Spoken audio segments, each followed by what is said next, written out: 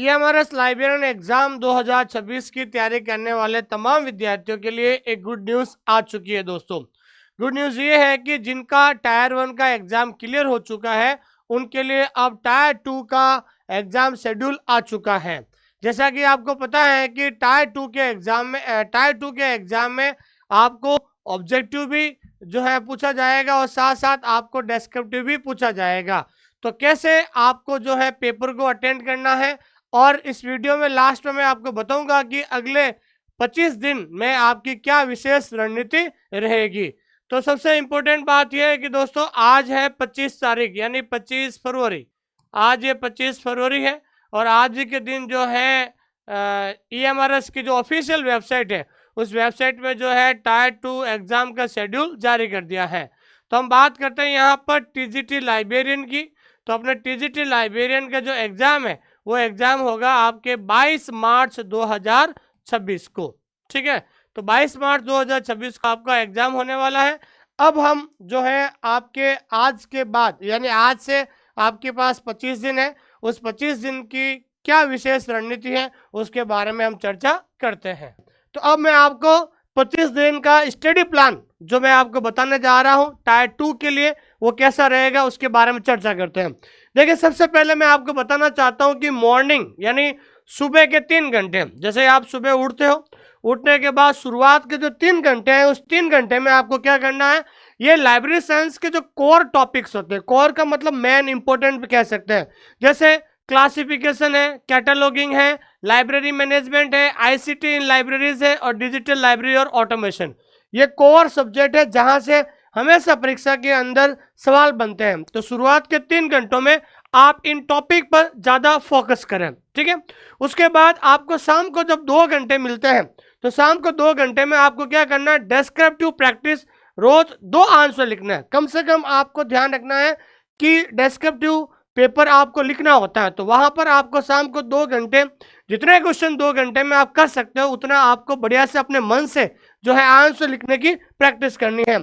फिर उसके बाद जब दोपहर को अगर 2 घंटे आपको निकालना, उसमें आपको ये देखना है previous year question, objective plus new, क्योंकि कई बार क्या होता है कि आप पढ़ते जाते हो, अब आपको पता नहीं चलता है कि सवाल कैसे पूछे गए हैं। तो आपके जो 2023 में जो भी वैकेंसी आई है EMRS की, उसके प्रीवियस ईयर के क्वेश्चन पेपर जरूर सॉल्व करें, जिससे आपके अंदर एक कॉन्फिडेंस आएगा कि हाँ, जो मैं पढ़ रहा हूँ, जो टॉपिक में पढ़ रहा हूँ, उन टॉपिक में से सवाल वास्तव में आते हैं या नहीं आते हैं।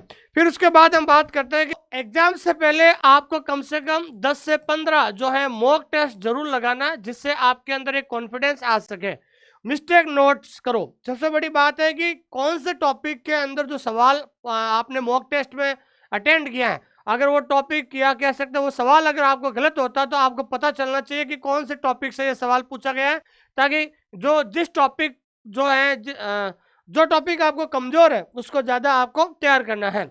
उसके बाद रिपीटेड टॉपिक्स पर फोकस, जो बार बार कोशिश कीजिए कि जो टॉपिक ज़्यादा वीक है उस पर बार बार रिवीजन पर ज़्यादा समय दीजिए, बार बार रिपीट कीजिए उस टॉपिक को।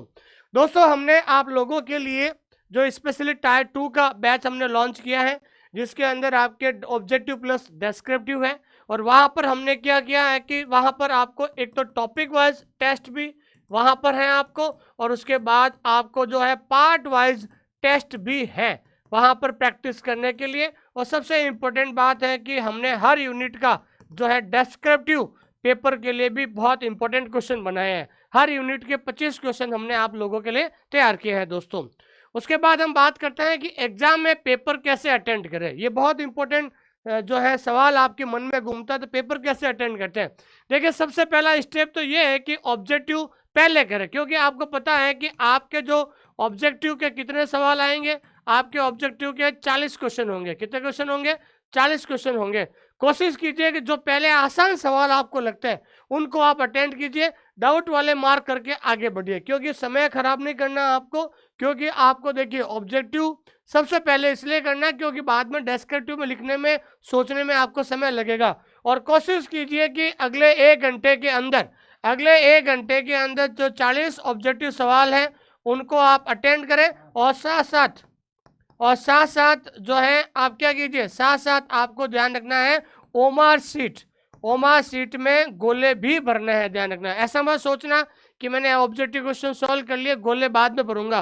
कोशिश कीजिए कि आप एमसीक्यू सॉल्व करने के बाद ओमार सीट पे गोले भी भर दीजिए दोस्तों। उसके बाद हम बात करते हैं स्टेप 2, डिस्क्रिप्शन सेक्शन।